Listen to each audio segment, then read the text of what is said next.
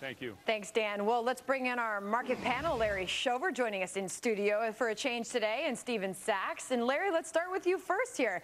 You saw the Dow finishing in the positive for the week, but the S&P snapping this 7-week winning streak. Are you in the camp that we may be in for a correction here in the stock market? Yeah, Sandra, I do believe it's well overdue that we're going to have a correction. I mean, the bigger story remains in place. Valuations are good. The economy is trudging along. I do believe we'll see 1550 in the S&P by the end of the year, but we have gone up too far and too fast, and we are overdue for a correction. Well, but Stephen, on the other time, every time you sense that we're in for a pullback, like at the end of yesterday's trading session, you get a push back up, like today. It's always this pullback and then a strong push up again, usually on comments by the Fed. Is that going to continue? You know, I think that will. Hold on a second, Larry. That's for Stephen. Sorry. Go ahead, Stephen. I'm right next to you. Oh, sorry, Dave. Sorry, Larry. Yes. You know what, David? I think so. You know, the pattern we've seen really for the better part of almost 18 months now on the equity side of the equation is just that. We've had corrections. They've been fairly shallow. I think the most significant one we've probably had is probably in the 6% area. Just like we've seen this week, we're about 2% off the highs in the S&P. And the sentiment on the street, and particularly in the institutional trading community that I talk to a lot, it really is that, you know, money's on the sidelines. Any pullback we get, money is put to work quickly, and the pullbacks are typically very shallow. So it feels like it'll continue. All right, so guys, you know, I think you need to focus on the positive here. You can say that we're in for a correction all day long, or you don't feel good about how far we've come so fast. But Larry, can you give me some place that we can look in the markets to play our money?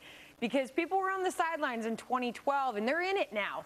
What kind of stocks do you like right now? Yeah, well, right now, the best thing to do is wait. Slow and steady wins the race. And sometimes not losing money is making money. So I would wait. I'd wait for that pullback.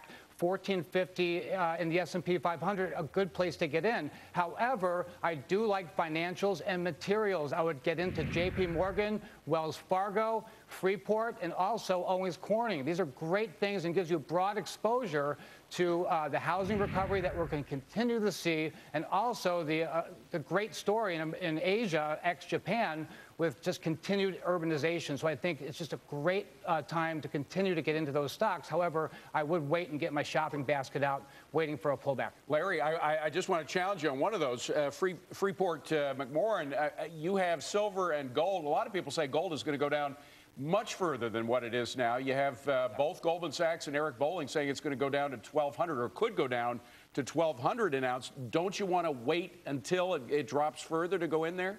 Well, I think you could, and I love Eric Bolling, but I think the reasoning of Eric and others is basically an old story, that gold is trading well above its cost structure. Right. It needs to go to $1,200 an ounce. But there's another story. We're in the middle of an experiment with monetary policy that we've never, ever seen throughout the whole world. Right. There's a race to the bottom, and I can't imagine that gold won't stabilize at some point with central bank buying. And also we have the India story. They've raised the tariff. The supply is good. But however, when that supply starts to run out, you'll start seeing Indian demand again. You'll see some support, and gold should rally from that point.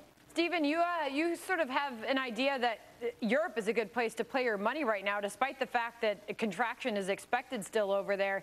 Kind of in line with what we saw with Citigroup today. They're saying, look at big international companies with exposure outside of the United States. Is that sort of the play that you're looking at?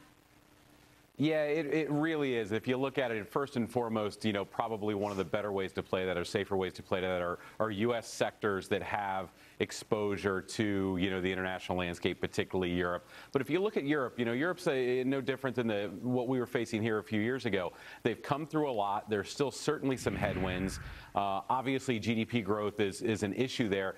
But from a pure valuation perspective, they have weathered a pretty big storm. So again, it's not something that, you know, we would look to go all in on. But if you're looking to allocate, particularly to Europe, for the longer term, there certainly are better values there than we saw just a few years ago. So you want to start looking for those values across the macro indices and the sectors in particular. Hey, Stephen Sachs, thank you very much. Guys. And Larry Shover, by the way, Larry has a book. If you ever want to trade in options, it is a very dangerous market to trade in. No, there is nobody. Listen, you're risking a lot, but the payoffs could be great too. Listen to Larry Shover. You listen to Sandra as well, but listen to Larry Shover. He's got a book out for you about how to trade in options in times like these. Options are meant to make the market less dangerous. Well, that's Place to true, hedge your but risk. again, it can be a risky bet. You want to have help when you're doing that, and Larry Shover has the book to help you through it. Thank you, guys. Thanks, guys. Appreciate it.